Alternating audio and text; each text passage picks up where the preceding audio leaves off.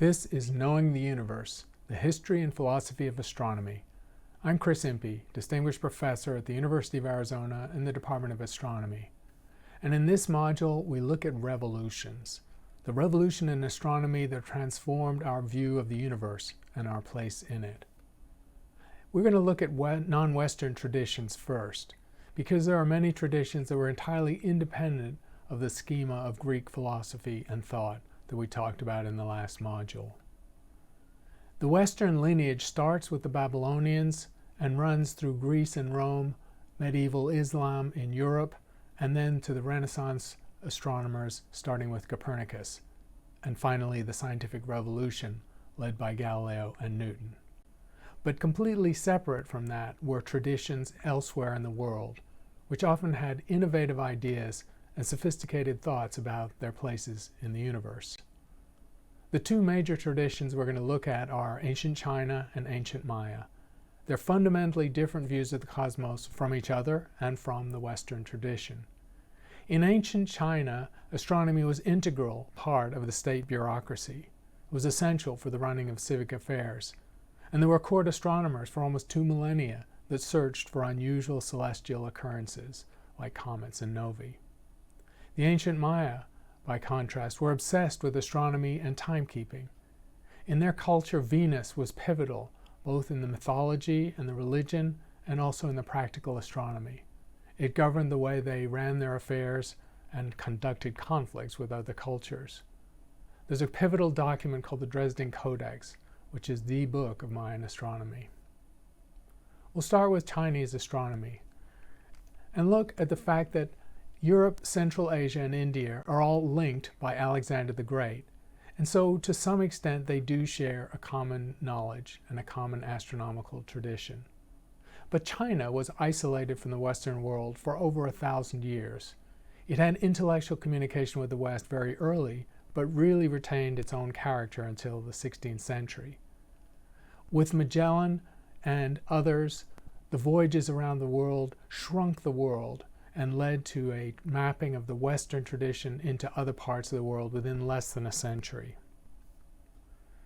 Astronomy in China was based on a writing system developed over 300 years ago that's remained in continuous use with some evolution ever since. The history of Chinese astronomy is very reliable and more reliable than other cultures because of this continuous written tradition and because of the longevity and continuity of the Chinese empire. China had many famous inventors and technological innovators, but the concept of natural law did not seem important to China. Chinese philosophy was mostly concerned with running human affairs, or deciding how to live a good life. There were many philosophers in what's called the axial age that were contemporaries of each other in different parts of the world. For instance, Socrates, Buddha, Confucius, and Lao Tzu, each of whom founded enormously influential schools of thought and religion, were contemporaries roughly of each other. The guiding principle of the universe in the Chinese system is the Tao. It's composed of warring opposite principles, yin and yang, and yin and yang make use of 5 material agents: motions in the heaven, biology, medicine, morality, aesthetics, and human history. In this cosmology, yin and yang have cycles, and the universe was continually recreating itself. So it was natural for the Chinese to relate the motion of the stars to courses of action, especially government action. Keeping a calendar was of great importance. There were court astrologers for nearly 2,000 years, and they were in great demand by the Chinese rulers. These large bureaucracies were in place from very early times. There were 2 distinct kinds of astronomy developed by the Chinese, one based on the method of calendars, in particular lunar calendars, and the other looking at celestial patterns for divination, or casting fortunes or telling the future. Here we see a lunar calendar, an example of that Chinese tradition. And on the right, we see Tianwen, celestial patterns, in this case comet sightings over a period of time from hundreds of years ago. Mathematical astronomy was also developed by the Chinese. Liu Hong created a system of mathematical astronomy and could predict the positions of the sun and moon with reasonable accuracy. These rules were similar in spirit to those of Babylon. They were predictive, but they were not explanatory. The Chinese did not seem to see deeper explanations about the phenomena as the Greeks at the same time were.